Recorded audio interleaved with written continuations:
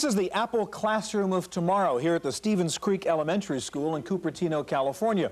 In this second grade class, there are 24 Apple computers. The Macs are on a network. They've got scanners, laser printers, and multimedia workstations. Now, every school can't be lucky enough to be an experimental lab in the backyard of Apple Computer, but virtually every school these days is using computers to teach its children. Today, we take a look at software in the schools on this edition of the Computer Chronicles.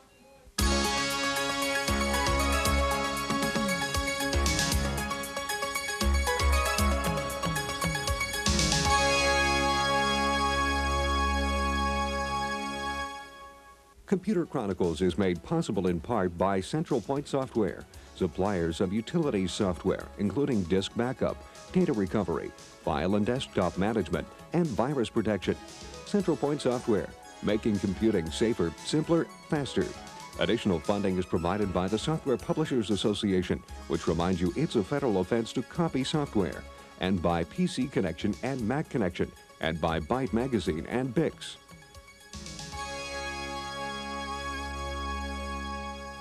Welcome to the Computer Chronicles. I'm Stuart Chaffee, and with me this week is Jan Lewis. Jan, it used to be that when a kid was home in the evening, he had a choice between doing his homework, boring, or playing some video arcade game on his Nintendo. But fortunately, these two environments are merging now. This is an example. It's called Outnumbered, a new generation educational game from the Learning Company. And the scenario is we're in a TV station, of course, and these bad guys are trying to take over the TV station. And it's really an adventure arcade game. You see that bad guy's chasing me. I'm trying to run into the newsroom before he gets me, and I can go down there, sit down at that little TV monitor, and all of a sudden I've got a problem to solve here. Let's see if we can solve. Let's see if we're as smart as a 7-year-old. 7 minutes were taken away from the taped interviews on Tuesday. I'd say the answer is 13. What do you think? We did it. Okay. Did it, okay. This is fun, Jan, but to some degree the jury is still out really on the role of computers in education and whether they really do contribute to serious learning. What do you think? Well, the jury may still be out, but the statistics are in. And there's a lot of statistics right now that are showing that in all aspects of education, that computers are helping dramatically in terms of comprehension of information, in terms of the ability to develop analytical thinking, basic skills like math functions, et cetera, in just about all the ways of measuring these things. All the kinds of things that you want out of education are in fact increased when you do use computers. So I think that you know, what we're going to see is, of course, more of the merging between entertainment, which is what people really, not just kids, but everybody likes to learn that way, and yet there's lots of content. And we're going to see the results of it in having people just be simply better educated when they get through with that. Let's hope so. Let's hope so. Jan, today we'll take a look at the newest hardware and software being used to educate our kids, from simple off-the-shelf games that teach math and reading skills to high-powered multimedia and network systems that have become major components of the in-school curriculum. Now, sometimes it takes disaster to bring progress, and that was certainly the case in Watsonville, California, where the 1989 earthquake caused major damage. But one result was a new elementary school with a brand new approach to using computers. Here's our report. Starlight Elementary School in Watsonville was the first public building erected in the area after the earthquake. Watsonville is an agricultural area, and the school district thought this was the chance to bring the benefits of technology to its rural population. The school was 80% Hispanic, and they wanted to broaden its ethnic base. We chose technology to be the focus here at Starlight as our magnet draw because it's a way of teaching for tomorrow. We call our school Technology with a Heart, and I believe that we want to meet the needs of students. We want to give teachers the best tools that they can have and that are made available now. Thanks to a $100,000 grant from IBM, Starlight Elementary installed an extensive network of 65 computers. The school is also using IBM educational software to teach reading and writing in both English and Spanish. We chose IBM for the look of the station, the fact that it's very easy. It's all contained in one unit with the monitor and the computer itself. We really wanted the graphics of the IBM, and since we knew that we would be a networked school, we had heard, and now we are coming to find out, that the networking using the IBM is extremely fast. The computer system at Starlight includes multimedia workstations hooked up to CD-ROM drives and Laserdisc video players. The attraction of the technology is exactly what the school administrators wanted. Starlight Elementary has drawn in new students from the more affluent areas of Watsonville, and the computers now offer not only a multimedia environment, but also a multiracial one. For the Computer Chronicles, I'm Maria Gabriel.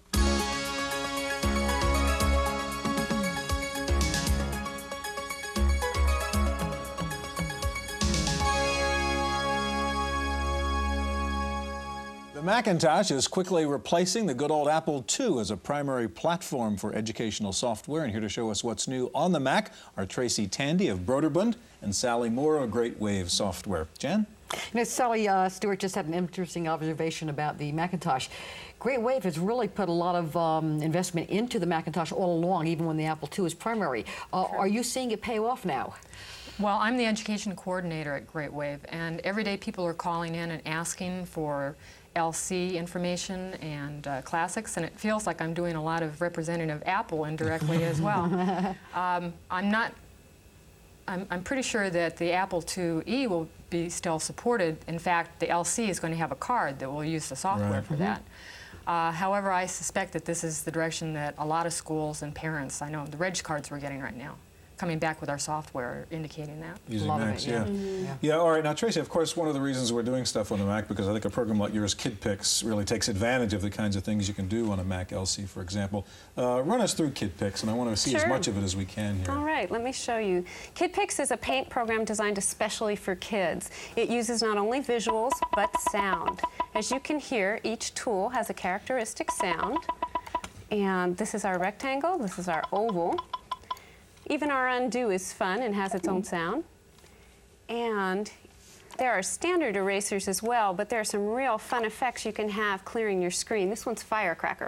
Okay, that'll be popular, no doubt. That'll be very popular. And parents and teachers can turn that sound off, too.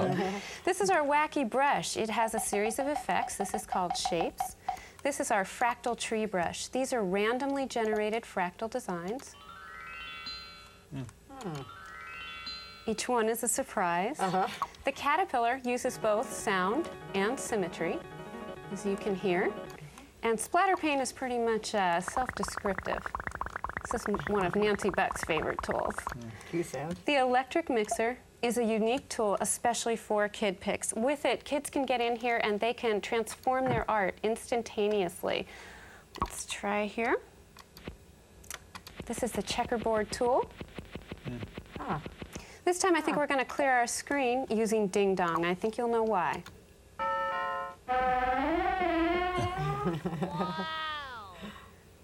One of the very special features of KidPix is its talking alphabet. O, P, Q.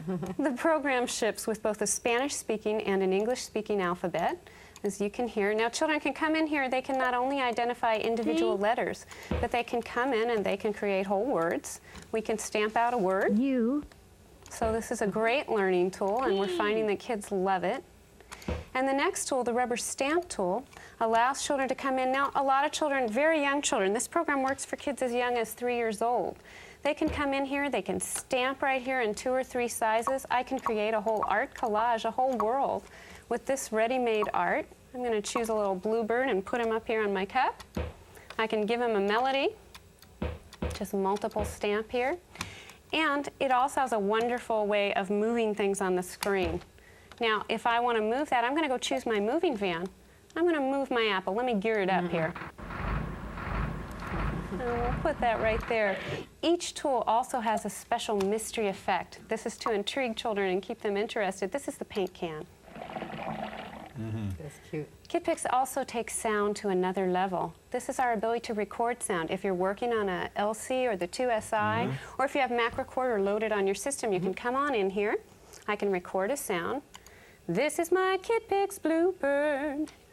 We'll save that with our art, and when we play that artwork back, it's going to sound like this. This is my KidPix Bluebird. That's pretty neat. Yeah. I want to ask you to get, excuse me, once I get out of KidPix, will you, so we can get to Sally in just a minute so we can I'll take a do look that. at the Great Wave stuff. I'm sorry, John, go ahead. Can the kids add their own stamps? You had a number of predefined artwork. They can edit stamps. There will be other stamps available eventually. There's over 100 in the program, so they can't necessarily add their own stamps right now, but they can't edit them. Yeah. All right, Sally, you have two things you want to show us from Great Wave, number maze and reading maze. And I guess we have number maze up first. How does this work? Actually, this is number maze, decimals, and fractions. We do have a version called number maze that precedes this.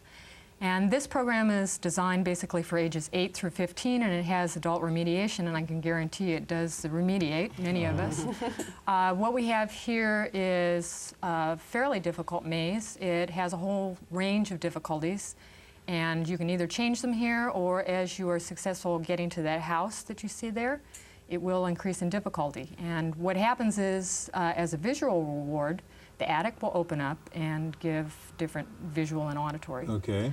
The other thing you can see here is it does keep statistics and progress. You can keep those for up to 50 students per file, with many files on one disk. I'm not sure I understand what's going on here. Where do the math problems come up here as you play the maze? Okay, this part behind the scenes is where I've set this particular student.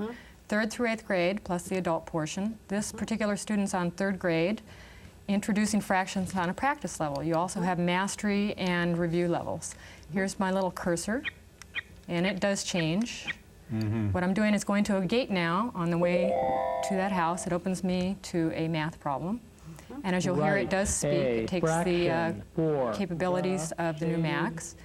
And you can re-record this using the LC or the 2SI or using a Mac recorder. So if you had bilingual students or the students felt comfortable with the parents or the teacher's voice. Now what I'm going to do, this is a very simple math level I have here. I can either drag, or I can click, or I can use the keyboard. So it gives me a whole range of different skills. You got that one right. Yeah, good thing. All right, it would give me up to 4 questions then, and it would eventually open up this gate. I'm going to stop, though, and go up and leave the door. Yeah, it will Sally, do that automatically. I want to make sure we have time for reading maze. We only have a minute left, so could you show us that? Okay. This one's reading maze. It's also a maze configuration. This is a very simple one. You'll see the students up here again. And what I would be doing is going into another room looking for the items that you see there. So it was kind of a learning adventure game here, huh? Yeah, it's more, it's a language arts for ages 3 through 8. And I found one of those. I select the tool, and it opens me to a problem screen, very hard one, or I can go to a more simple one, which would be word recognition. And what I would do here, as an example, is select the right one. It would then take me back to the maze. The maze gets increasingly difficult with magic tools and other items. And there are parts in there actually where the child could be given a task and have to read the words, as I understand it, to do that task, and then physically perform the task. Right. It's both a maze portion and an actual, as you can see, the maze got more difficult here because I was successful in the last one. Yeah. Real quickly, just a few seconds left. Let me ask you, Tracy, you described KidPix as a paint program, but it's a little bit more than that, really. I mean, how do you see that? Is it a game? Is it an education tool? Is it creativity training? What is it? We see it as all through. I figured you'd say that. Yeah, we really do, because it integrates sound and all the visuals, and there's a lot of feedback in there with the talking alphabet. It teaches children as well. They can make equations, they can make words. Well, all 3 of these are great. Thank you very much.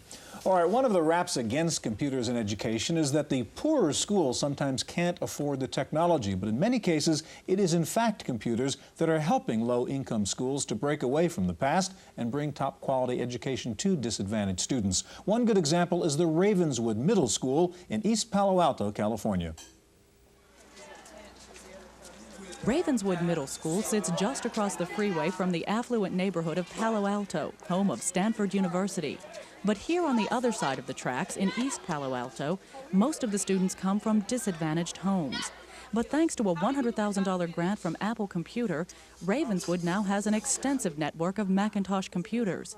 One of the main applications at this middle school is MediaWorks, a multimedia tool that lets students use audio, video, graphics, and text to create school reports. You can take all of the aspects of media and put them all together, and while you're doing that, you're using math, and science, and social studies, and English.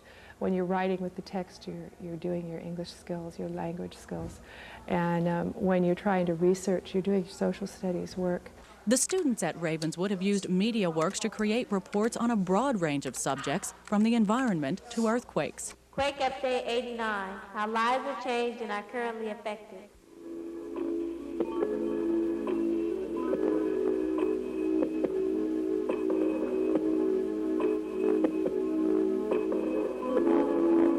The teachers here say that while the computers play an important role in helping the students learn about particular subjects, the most important contribution of the computers is that they get the students interested in learning. We have some kids who probably wouldn't have opened a book on a subject this year had it not been by the encouragement of the technology and knowing that they would be able, if they did this, they would be able to use the computers, they'd be able to use the video cameras. For the Computer Chronicles, I'm Maria Gabriel.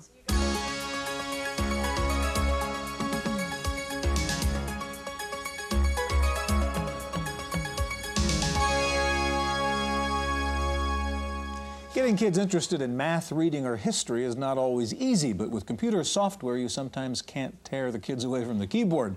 Here to show us why are Julie Gibbs of Davidson & Associates and Marcia Lifter, who's going to show us something from Scholastic Incorporated. Jan? Marcia, one thing I'm sort of curious about with some of the packages we've seen and we're going to see, are these packages being bought by the school for the kids to use? Are they being bought at home for the kids to use? Or are they sort of a research facility that kids are doing on their own? Well, there are different kinds of packages. Some of these come out in a consumer edition, and that's for sale for the home computer. And then some come out in school editions, and you'll get 2 discs in the school edition. You get your backup with it.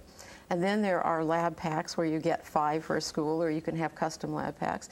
And then some schools are buying site licenses, and the districts are buying district licenses. So it's covering all those areas, really. Yeah. Julie, let's turn to you, and you've got 2 things you want to show us. Let's start with the Macintosh, and Math Blaster's been a pretty popular series. I know you have one called Math Blaster Mystery now.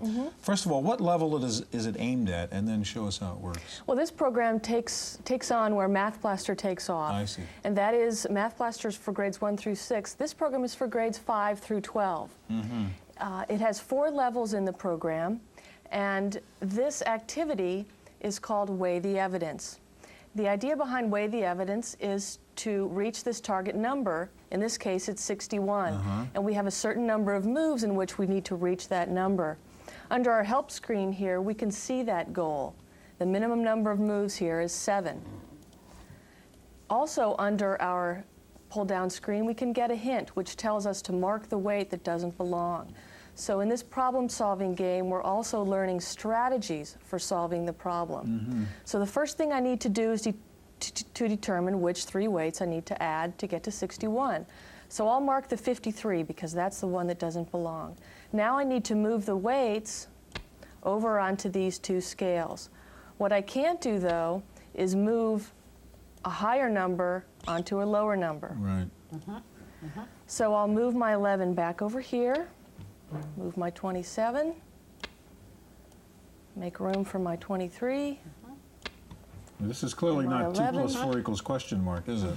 And I think I've got it. Right. You did 7 moves, exactly. And I got 7 moves, so I got my hand That's report. very interesting. I want to ask you to move over now to the other one you have up on our MyTac machine here, which is Spellosaurus. Again, who's it aimed at and how does it work? This program is a spelling program, and it's designed for children in grades 1 through 6. Okay. It has 5 activities, including the Dino lists in which you can put in your own spelling lists. The program does include spelling lists up to grade 8, and they have about 200 words in each list. What I'll go through and show you first is the Terra Tutor activity, and we'll select our list, 3rd grade, and meet Professor Terra. Listen. You will see and hear the word to get you started. Then it's your Now, turn Professor to spell Terra the will word. show us the word, Press return we'll hear when the you are word, finished. and he'll also show us how it's spelled, and then we will have the opportunity to spell the word ourselves. G. B. I. L. L. G. Spell. G. Now I'll go ahead and spell it. Stupendous. Get some positive reinforcement from Professor Terra. H. Now, if by chance we spell the word incorrectly, Professor Terra will give us some hints on how to spell it correctly. Let's try that word again. Some of the letters And we'll have you 4 typed chances were to spell not that word correct. correctly, and then he'll show us the word. Julie, is there evidence this stuff works? I mean, do we know that computer software can teach using this approach? You know, we get letters all the time from our customers who tell us how the grades of their children, or from educators, their students, how their grades have improved. We hear that all the time. All right, Marcia, let's turn to you. And you have, again, we were talking before when Jan asked you about really software at the resource level. It might be in a school library. This is called Point of View, and show it to us. This is Point of View by Scholastic. It's a history processor. I'm going to click over here and watch how the icons move. If I have a pull-down screen just like this, it gives me just a short piece of text. When it has a drop shadow, and notice how we turn to a cross. Now, behind Jim Crow laws were more linkage of material. Okay, hold on one second. Now, at the bottom, what we have here is a timeline, basically. This is the and you can just timeline. slide the cursor along to pick a time in U.S. I history. can move it. Now, notice what happens to the icons on the screen. They change. But Okay. I need to know what else is happening during the time of the Jim Crow laws. So I'm going to close this. I'm going to go to Explore, and I'm going to ask for a map. I want to know about the black population of that time. So it's going to give me a map based on 20 years of census materials. I'm asking for black population, United States, and now we'll see coming onto the screen a map giving me pictorial representation. All of this can be printed out for the teacher's use. It can be put into a report authored on this program for the student. Now I go to Explore, pull down Chart, because I want to see this map in a chart form. Again, it's going to be a column chart. I'm going to bring the map forward, and I'm just going to move over a couple states. Let's move over a northern state. Just simply move it over. It turns into chart form, and let's move Texas automatically making a bar graph out of those It's an three states. excellent bar graph. Let's move it in front. Okay. And now we can see, we can do a compare and contrast on the black population. Now, as I move along the bottom, the timeline, notice how the icons are changing. So you're advancing in time, and the chart is changing accordingly Along to with what it. year we're looking and at. the map. The chart and the map. And the map Yes, is changing yes. too. Now, we can author in Oh, this, we boy. can print out, we can hook to a video, we can control a video using Point of View on the Macintosh. I'm going to close this. And it's asking me, do you want to save this for a report you're doing? No, I'm not writing a report But you right could have now. printed it out and put it in your paper I that you were certainly doing could for have printed it class. out, Yeah, and I okay. could make it as large as the screen. And now I'm going to click on Kennedy, and we'll see some materials from then. Fellow Americans, ask not what your country can do for you. Ask what you can do for your country. So you've got a series of sound clips built There are built some in sound also. clips, and the fact that you can hook up to your own video, to your favorite Laserdisc, really helps this be a full program. So this has been a very short overview of Point of View. And how would you suggest schools use something like Point of View? I see it as a research tool for the student and the teacher. I see the teacher going in and pulling perhaps Emancipation Proclamation, printing out a copy, passing it out to the students, and everyone then is studying from the same document. Sure. So a resource for the teacher or the student for that matter. Thank you very much. That's our look at educational software for kids. Stay tuned now for this week's Computer News.